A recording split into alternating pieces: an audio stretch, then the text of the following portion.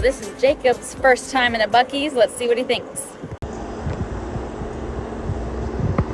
So it's like a giant gas station.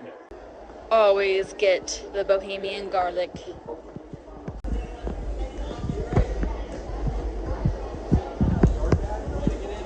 What?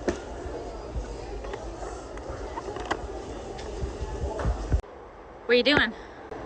Filling up the generator because we're going to be boondocking tonight.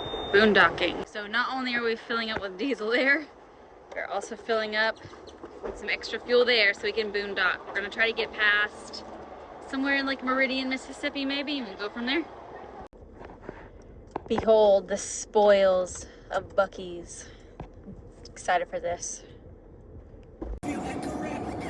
So we just pulled up to a rest area in Louisiana, and Jacob and I are walking the dogs, and we went over to the gazebo that's close to us, and we found this very cool thing. Let me show it to you. It is called a quilted heart. It was just tied right here to this table, and I flipped it over, and the quilt heart needs a home. So we're gonna go check out that website, and it seems it's almost like, not quite like geocaching, but maybe like the painted and decorated rocks for a bunch of different cities and states. So I guess quilted hearts is the new trend. Well, it's our first summer trip for this. Our first trip for this summer. Let me rephrase. First trip for this summer. But we're currently we just hit the Louisiana rest area, and we are heading to the mountains of North Carolina. We're going to show you some of what we would call our old stomping ground. It's one of our favorite places in the country to go to, and also where we got engaged. Save me. But anyway, we are going to spend 2 weeks in the beautiful forest. We're going to be rafting, hiking, doing a bunch of cool stuff, eating good food, and of course spending time with Jacob and our dogs. So let's hit the road.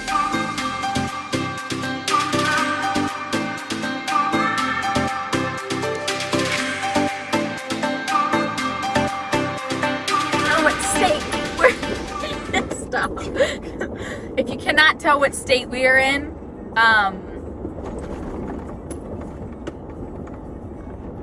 we're in Louisiana. We can definitely tell because we lived here about 2 years ago now for about 9 or 10 months, and the second that you cross over the Texas state line over into Louisiana, when you're going on the northern route on 20, it just absolutely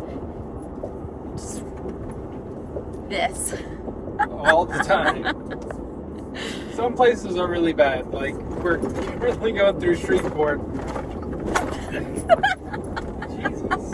We're going 50 miles an hour. Like, you gotta think about, we're going slow. Like, we're just being beat to death. Yeah, Jacob, he said Jesus. I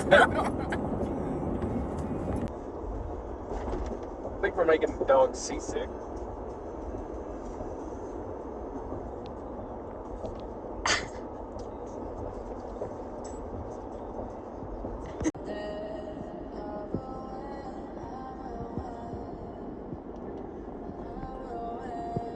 Zuko. Like Cleaver.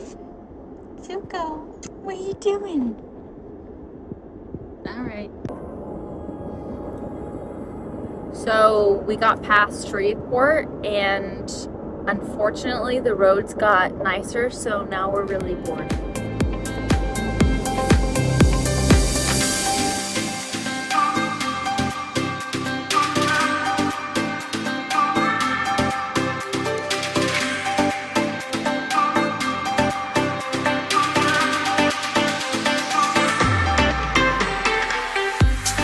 Because we are kind of crushing through our driving today, we are essentially in the truck until we pull over at a rest area or to fill up. So we're literally in here for hours. So one thing that we decided to do to pass the time was to get a little bit of history under our belts. Tell us about the app. Oh, sure. Let me tell you about the app. It was called Here, but now it's called Audio, but with a T. I guess, so for audio travelers. And so it's a collection of stories and historical tidbits wherever you are, assuming you let it have access to your location. And so we can't really name this one like we did Alfred because it's different voices at times. But so yeah, right now we're listening to the 1700s French era Fort Miro from Monroe, Louisiana. Yes. So just a little something to keep us entertained, but also learning as we are on the road. Named after Spanish Governor Esteban Miro, Fort Miro was established by Don Juan Felijo. Felijo was charged with grouping the scattered inhabitants into settlements. Well, it finally happened. We had a what we'll call a hard blowout or a fast blowout. As you can see, broke a little bit. Basically, we just pulled the screw out. But our snap pad also came off. We do have them. We always keep them on, as you can see, on our landing legs, and it also seemed to have bent that landing leg. So we'll have to see what's going on with that. But you can also see that that tire is pretty dang flat. Yeah. So if this has never happened to you, it sounded like a shotgun blast. We could hear it from the car or from the truck. But we're not going to record changing a tire. We've done it before. You can see it in many of our previous videos. But I guess we just hit something that made it go off. But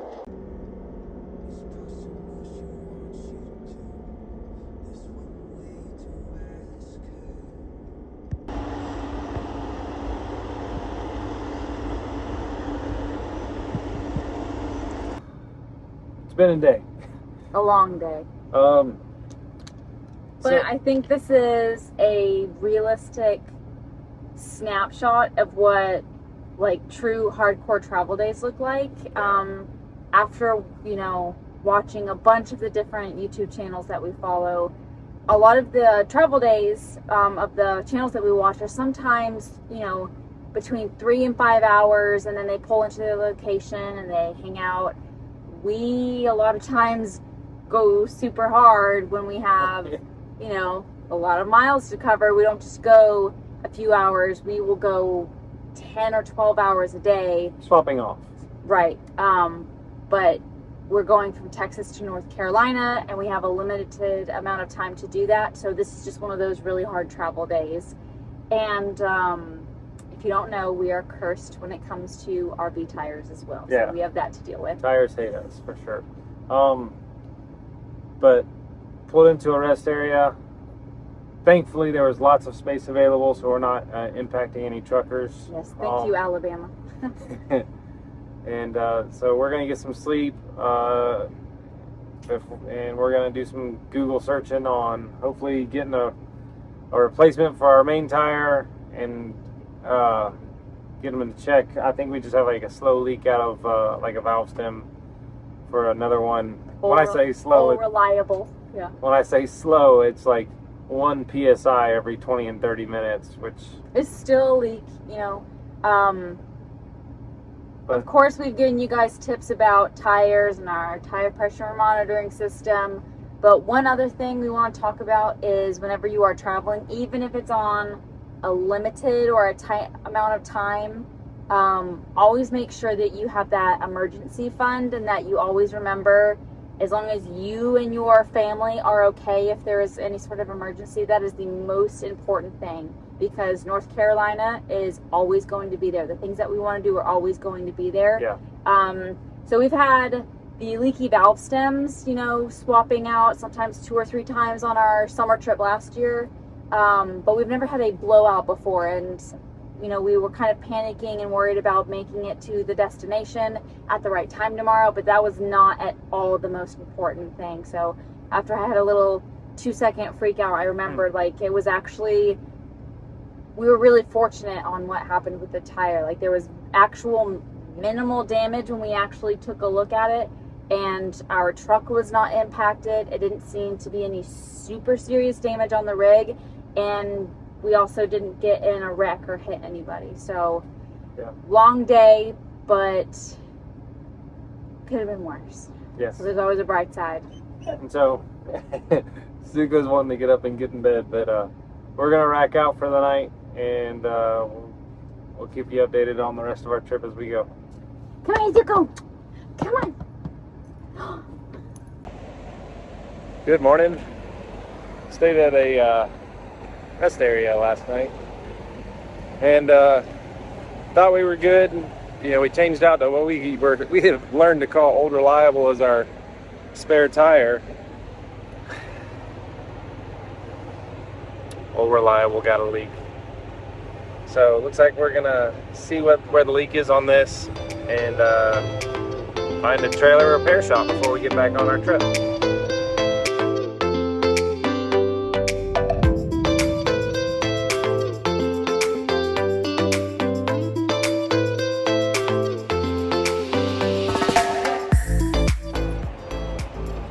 Also, one other thing, trying to wake my son up, you know, because when the slides are in, we can't go through the house. He didn't even answer his phone. Teenagers. I'm tempted to ding dong ditch it. I'm like,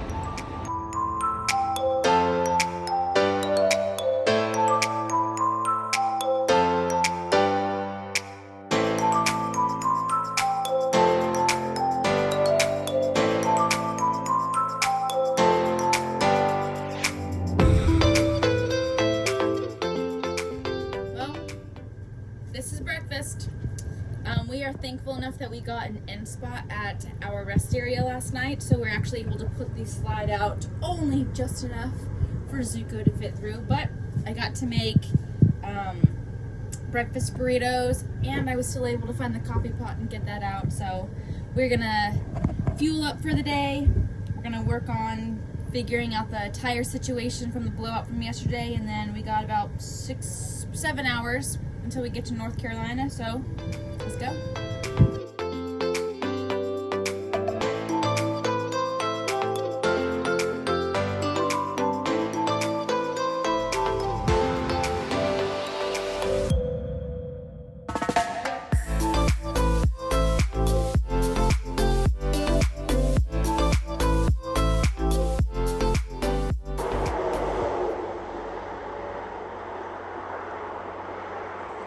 We cannot make this up.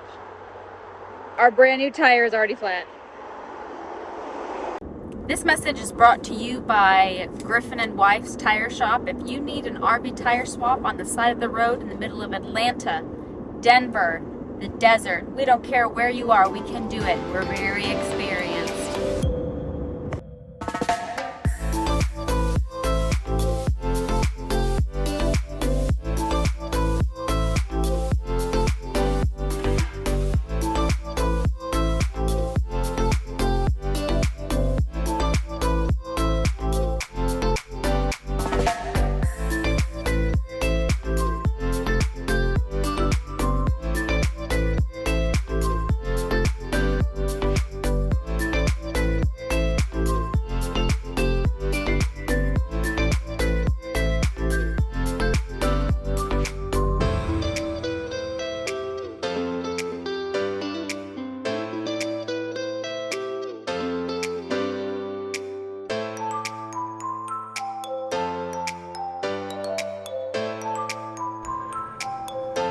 We made it.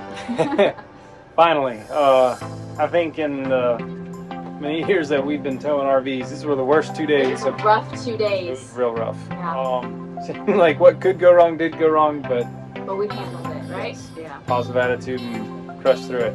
But we got all set up. We have the river also literally just right outside our back door, which is awesome because our porch is down, so we get to see it through the back bedroom. And also, we got to meet Chad from Changing Lanes. If you do not know who Changing Lanes are, they are actually who inspired us to actually start the RV Life to begin with. So it was very cool to talk with him. We stopped and talked about our hitch for a little bit. Hopefully we'll be able to see him maybe once or twice, a little bit more before we go, but that was a very positive end to our day. Yes, without a doubt. So good things happen. Yes, but we are here. We are going to relax for the night, and then I guess our real adventures start tomorrow. Start tomorrow.